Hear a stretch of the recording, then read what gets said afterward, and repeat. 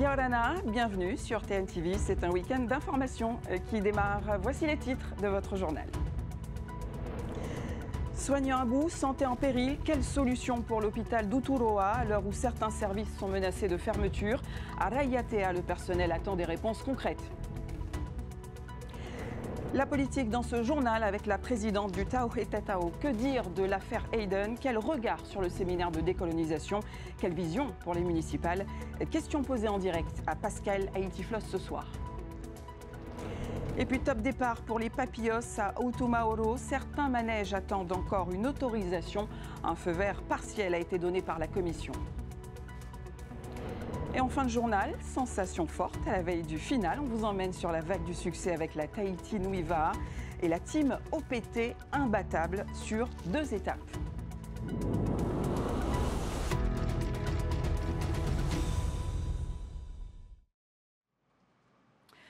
Comment sortir de cette situation de crise à l'hôpital d'Uturoa? L'alerte a été lancée.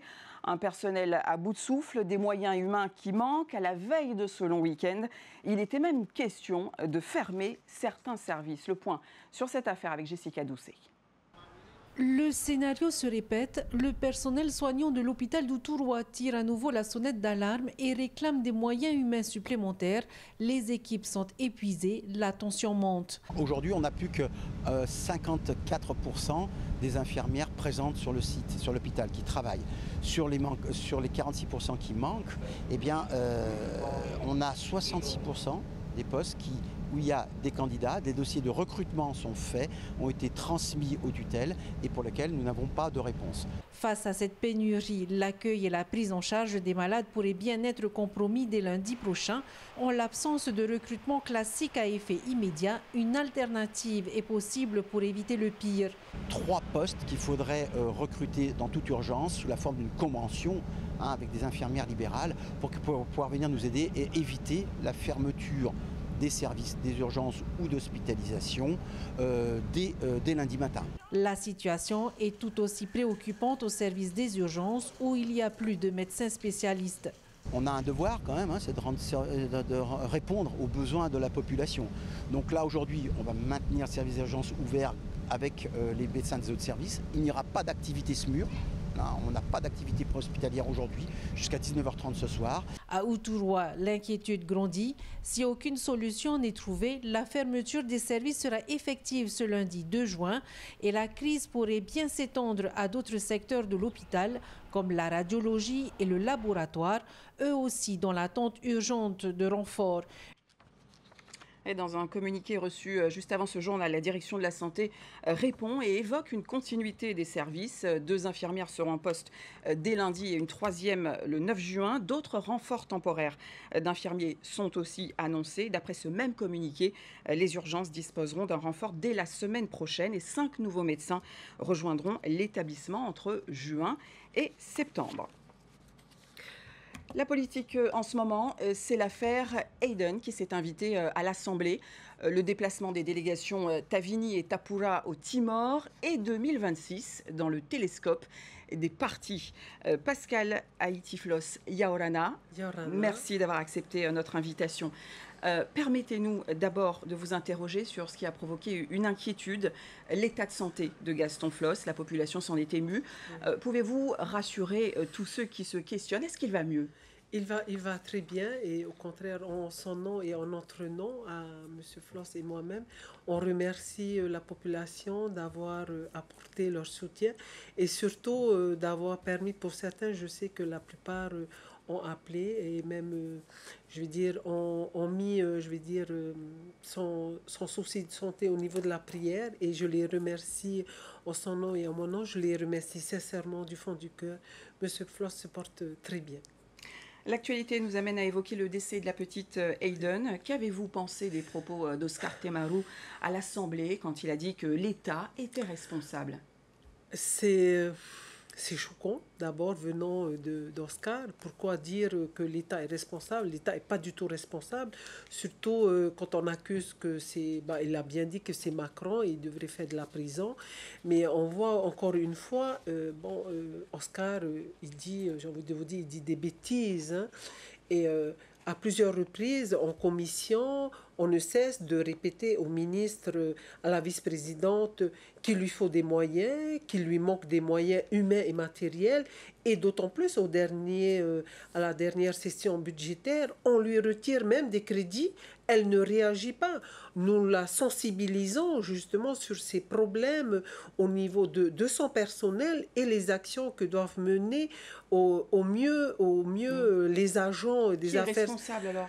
Qui est responsable? Bon, cette affaire est actuellement en cours d'enquête. Ce serait bien, bon, je fais partie de la commission santé-solidarité. Je ferai un vœu à la prochaine commission de faire une enquête, peut-être demander une commission d'enquête au niveau du service social de notre pays. Mais vous auriez pu, justement, hein, pour éviter d'être dans la critique de l'opposition classique, hein, vous auriez pu, c'est ce que vous auriez pu faire, non? Actuellement, nous faisons que des propositions. Hein, je veux dire, maintenant, la ministre, la réponse de la ministre, dernièrement, c'est pour nous dire, c'est vrai que je perds des crédits, mais j'ai les autres ministres qui me soutiennent dans d'autres actions. Mais c'est pas comme ça que ça marche.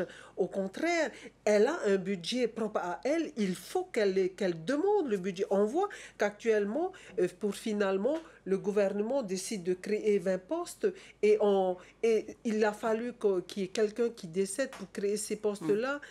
C'est trop tard. Alors la politique, c'est aussi ce bilan du séminaire de décolonisation avec les délégations qui se sont déplacées. Bilan annoncé comme positif, on l'a entendu des deux côtés. Pour le Tapura, il fallait faire entendre sa voix. Anthony Géros a dit présence inutile des autonomistes. La représentante Tapura à l'Assemblée a d'ailleurs admis que ce n'était pas une priorité. Quel bilan faites-vous de ce séminaire? Alors d'abord, ce qui est décevant, c'est que c'est le Tavni qui s'est déplacé. Hein, c'est ce que le président de l'Assemblée. Mais son déplacement a été pris en charge par l'Assemblée et d'autant plus qu'il y avait une qui représentait le gouvernement. Son déplacement et son logement a été pris en charge par les deniers publics, alors que le Tapura Huiratira s'est déplacé. Ils ont payé eux-mêmes leurs billets d'avion et leur logement. Déjà là, il y a un souci. Si on va, donc vous dites aujourd'hui que c'était un coût inutile finalement ce déplacement. C'est ce que vous dites. Bien sûr, ça fait plusieurs années qu'on leur demande qu'on n'a pas à aller régler nos problèmes de notre pays à l'ONU. Notre problème se règle ici en Polynésie française. Alors sur le fond, le président Brotherson l'a dit, la souveraineté c'est un horizon, la décolonisation un devoir. Que dites-vous ce soir? D'abord, il faut savoir que M. Motaï, je vais dire, lorsqu'il parle de souveraineté auparavant, au fait, souveraineté, c'est l'indépendance. Il utilise les mots, mais leur chemin, c'est toujours vers l'indépendance. Hein. Pour ça, il ne change pas. Aujourd'hui, son président, c'est Oscar Temaru, et ce n'est pas lui le président du parti politique du Tavni Huiratira. Pascal Haïti-Floss, l'horizon politique électoral, c'est 2026. Le coup d'envoi a été donné pour votre parti? Bien sûr, depuis que nous avons créé notre parti, nous faisons du terrain sur Papeete et sur les... Il y a eu des réunions, concrètement? Non. Il y a des candidats placés? Pour l'instant, nous faisons du terrain. Nous cherchons des bons éléments, nous avons des personnes, mais c'est encore trop tôt pour se prononcer. Alors, on va vous taquiner un petit peu sur cette plateforme autonomiste qui a été créée. Pareil, quelle stratégie pour les prochaines municipales? Même si, vous l'avez dit, c'est un peu trop tôt, mais on peut s'inscrire dans cette plateforme. Oui, bien sûr. Il y a des communes, c'est un peu compliqué parce qu'il y a plusieurs, le souci c'est qu'il y a plusieurs listes qui souhaitent courir. Alors c'est vrai que dans certaines communes, il y en a qui se met en place, c'est mon cas. J'ai proposé au maire de Punaouia de ne pas présenter de liste contre lui, sachant qu'aux élections législatives, il m'a bien soutenu. Et ça, c'est pour dire encore une fois, l'union est importante. La preuve, on a eu un très bon résultat à Punaouia. Et si on veut qu'on gagne aux prochaines élections, l'unité est importante. Mais cette plateforme, finalement, c'est pourquoi en fait? C'est juste pour faire élire du monde? Non, pas du tout. Je sais que le président Edouard Fritsch, par tous les moyens, essaye d'harmoniser, de trouver une entente dans chaque commune. Comme je le disais, il y a certaines communes où ça marche, d'autres c'est un peu plus compliqué. Et ça va marcher pour votre parti? Est-ce que vous ne regrettez pas d'une certaine façon l'ancien temps avec Bruno Sandras? Non, pas du tout. Je préfère, j'ai un bon J'ai un bon, je veux dire, professeur. Il a été 37 ans maire de Pirée. Que mieux d'avoir un homme qui a un bilan, Pirée, et le pays, la Polynésie française. Et j'ai vraiment de la chance de l'avoir auprès de moi. J'ai le meilleur mentor de tout, hein.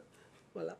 Ce qui veut dire que c'est vous qui porterez le parti aux prochaines municipales. Exactement. Avec le vieux lion à vos côtés. C'est pas lui qui va piloter? Non, pas du tout. Au contraire, il contribue, on travaille ensemble, il apporte son savoir-faire et l'expérience. Ça, c'est vraiment important pour certains et cette sagesse qu'on a grandement besoin. Merci Pascal Haïti-Fos d'avoir répondu à nos questions ce soir sur TMTV. Merci beaucoup. Dans l'actualité, la saison des manèges freinée par la réglementation et ses contrôles. À Otumaoro, ce sera donc un feu vert partiel donné par la commission. Oui au stand, oui aux baraques, mais quelques manèges restent sur la touche. Thomas Chabrol et Taouiti Tanyamoussane. C'est un contrôle auquel les forains sont habitués, obligatoire pour obtenir le feu vert et pouvoir lancer les festivités. Chaque année, la commission de sécurité effectue cette visite sur site. La construction des stands et des baraques a déjà été validée depuis plusieurs jours. Reste à vérifier que tous les équipements de sécurité sont conformes, notamment au niveau des cuisines ou encore des espaces pour dormir. Les membres ont émis un avis favorable. Nous avons vérifié les règles d'usage, les vérifications électriques, gaz, les extincteurs, etc. Donc pour la commission, on a constaté qu'il y avait donc tous les éléments, les dispositifs de secours. 2-3 choses à un petit peu modifier, mais rien de grave. Feu vert, les forains peuvent ouvrir ce soir, mais seuls les manèges de catégorie 1 et 2 sont autorisés à démarrer. Les 5 manèges à sensation de catégorie 3 et 4 n'ont pas encore été contrôlés. Chaque année, une inspection est obligatoire pour reconduire ou non leur certification. Moi, je savais déjà que ces 5 manèges-là, je savais qu'on n'allait pas les ouvrir tant qu'on n'avait pas l'agrément de la personne pour pouvoir faire le contrôle de ces manèges. Il va falloir patienter encore un peu. On a toutes les fêtes de Turé puisqu'on termine le 10 août. La sécurité, une priorité pour les communes qui accueillent les papios. Par arrêté, le maire autorise ou non l'ouverture selon l'avis de la commission de sécurité. Pour les 5 manèges à sensation, le Tavana tiendra compte de la décision du contrôleur agréé. C'est principalement le New Loop ou le Roundup. Tout dépend finalement du contrôle qui sera effectué par la personne habilitée ou en tous les cas la société habilitée. Mais il est clair que si ce contrôle s'avère négatif, forcément on ne pourra pas donner un avis favorable à l'ouverture. La commission de sécurité accompagne et conseille aussi les forains sur le choix des équipements à installer ou à vérifier. Dans cette cuisine, par exemple, cet extincteur à poudre n'est pas idéal. Il sera remplacé par un modèle à eau. Ça peut poser problème pour le matériel, aussi bien pour l'alimentation. C'est pour ma clientèle avant tout et pour le juillet de Tahiti. À Otumaoro, les forains ont accéléré le pas toute la journée pour préparer cette ouverture, même partielle, car un feu d'artifice est prévu à 21 h pour cette première soirée, si la météo le permet. Et à Pirée, les papios sont dans l'attente de vérification du Haut-Commissariat. Ouverture prévue demain. C'est le résultat d'une année entière qui a été présentée par la toute première promotion de l'école Canéa. C'est l'école de la créativité numérique. Au total, 29 projets en un an autour des jeux vidéo et de la 3D. Parmi les réussites, la création d'un jeu vidéo en seulement 5 semaines. Image signée Sophie Gebel et à son micro, Evan Boll, le responsable des études. On est hyper satisfait, on a des élèves qui sont super motivés, qui ont adhéré à la philosophie finalement de notre domaine qui est de se donner à fond, de donner sa passion, de se donner à fond et de créer un maximum de choses qui sont les plus jolies possibles, tout simplement. Et là, les élèves sont vraiment devenus des mordus de la 3D et ils ont créé vraiment plein de choses de sympas, quoi. Le but pour ces élèves, c'est vraiment de travailler dans ce qu'on appelle la créativité numérique. Donc c'est la création de contenu 3D, d'infographies, de jeux vidéo, de logiciels. Et en fait, l'objectif, c'est soit de partir travailler à l'étranger, soit de travailler depuis Tahiti pour l'étranger. De sport à présent et on va finir par s'habituer au podium de la Tahiti Nui Va'a. Une deuxième étape stimulante avec une team OPT en force à Taoné. Performance de 55 km en 3 h et 29 minutes. Le résumé signé Désiré Teivado. Une nouvelle victoire tout en maîtrise pour le Team OPT. Intouchable déjà sur la première étape, Temoana Taputu et ses partenaires confirment leur suprématie sur cette édition de la Tahiti Nuiv A. Ils repoussent le plus proche poursuivant, le Team Tahiti, à plus de 2 minutes. EDTVA, troisième de cette étape, concède plus de 3 minutes au leader incontesté du général. Au départ de la baie de Vaitepiha à Tautira, Shelva A, Tahiti-A et EDTVA prennent le meilleur envol. Chiliens, aviateurs et électriciens optent alors pour un cap plus au large, à l'inverse du Team OPT, plus proche des côtes. Mais à l'approche de Hitia, les postiers reprennent les commandes de la course pour ne plus jamais les lâcher. Jamais inquiétés, les doubles vainqueurs de la Hawaii Nuiv A en profitent pour consolider la première place au général. Au début, on a eu du mal un peu dans la première heure avant le premier changement. Puis notre deuxième équipe a fait un très gros travail pour recoller RTT. Après, on a eu des remises en question dans le bateau et après, ça s'est bien passé pour nous. Notre objectif aujourd'hui, c'était encore de gagner du temps et là, objectif atteint. Très content avec les copains. Derrière le Team OPT, le Team EDTVA, leader de la catégorie entreprise, a été à la lutte pour la deuxième place avec EDTVA. Mais au niveau de Mahaena, les protégés de Mathei Tapatoa font la différence pour s'offrir encore une fois la deuxième place au scratch. L'objectif, c'était de maintenir un peu les clubs en élite, quoi, hein. Très content de notre deuxième place aujourd'hui en scratch et de maintenir notre première place en entreprise, quoi. Quatrième la veille, EDTVA s'invite sur le podium à Taoné et gomme une partie de son retard sur Shelva au général. On est là pour remonter le club là. Et aujourd'hui ça fait déjà du bien mentalement d'être devant Shell et au contact avec Tahiti et OPT. On a fait une bonne première partie encore aujourd'hui. Donc espérons qu'on tienne ça pour demain. Les dames, les juniors et les vétérans 50 ans étaient aussi invités sur cette deuxième étape. Renforcés notamment par les prix d'Iloha Echen et de Nateahi Sommer, Ihilani domine la course chez les dames et s'impose en 4h13. Franchement, on s'est régalé. Et ce format de course, franchement, pour les filles, et cette étape-là, tout était surfant, tout était glissant.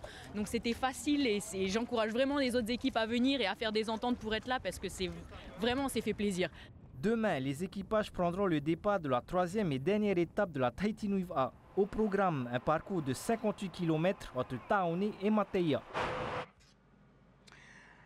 La disparition à 78 ans de Roland Martin, le fondateur de l'association Le Sixième Sens, s'en est allé ce jeudi lors d'un séjour en Californie. Il célébrait ses 45 ans de mariage.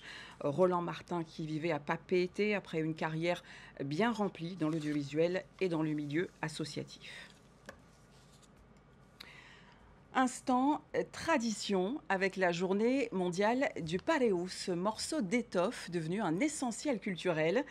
Portez votre pareus, c'était le message de Tahiti Tourisme qui a imaginé un événement où on s'est prêté au jeu et où on a eu la chance d'apercevoir les candidates à Miss Tahiti. Sophie Guébel. C'est un bout de tissu que l'on a tous dans nos armoires. Aujourd'hui, l'objectif est de porter son plus beau pareo le temps d'une journée pour faire rayonner la culture. Pour l'occasion, Tahiti Tourisme a investi la rue adjacente au phare Manihini dans une ambiance musicale. Le public a pu confectionner son propre pareo à la main.